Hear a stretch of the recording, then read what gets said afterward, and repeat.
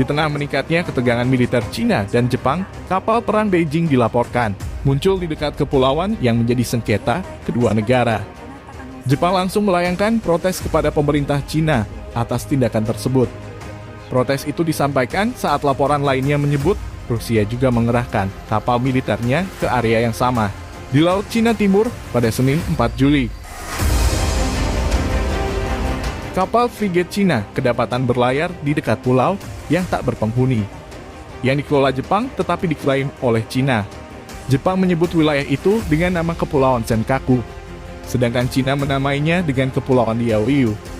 Kapal Cina memasuki wilayah sengketa selama sekitar 6 menit. Itu hanya berselang beberapa saat setelah sebuah frigate Rusia juga memasuki perairan yang sama. Kemhan Jepang mengatakan kapal frigate Rusia muncul di perairan tersebut selama lebih dari 1 jam. Meski wilayahnya diterobos oleh kapal perang Rusia dan Cina, namun Tokyo hanya mengajukan protes ke Beijing.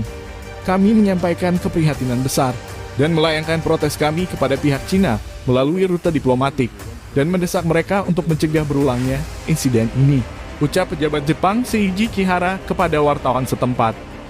Kihara menegaskan bahwa kepulauan tersebut merupakan wilayah Jepang dari sudut pandang sejarah maupun hukum internasional. Ini adalah pertama kalinya sejak Juni 2016 kapal Angkatan Laut Cina dan Rusia terlihat memasuki zona yang berdekatan dan pada waktu yang hampir bersamaan. Berdasarkan hukum internasional, kapal-kapal dari negara manapun, termasuk kapal perang, memiliki hak untuk berlayar melalui perairan yang berdekatan dari suatu negara maritim, kecuali jika mengancam keselamatan negara tersebut. Selama bertahun-tahun, Jepang telah mengajukan protes ke Cina atas penyusupan berulang kali oleh kapal penjaga pantai Beijing ke perairan Jepang di sekitar Kepulauan Senkaku. Jepang juga telah mewaspadai pendalaman kerjasama militer antara Cina dan Rusia, seperti penerbangan bersama pesawat pengebom kedua negara di atas Laut Jepang, Laut Cina Timur, dan Pasifik pada akhir Mei.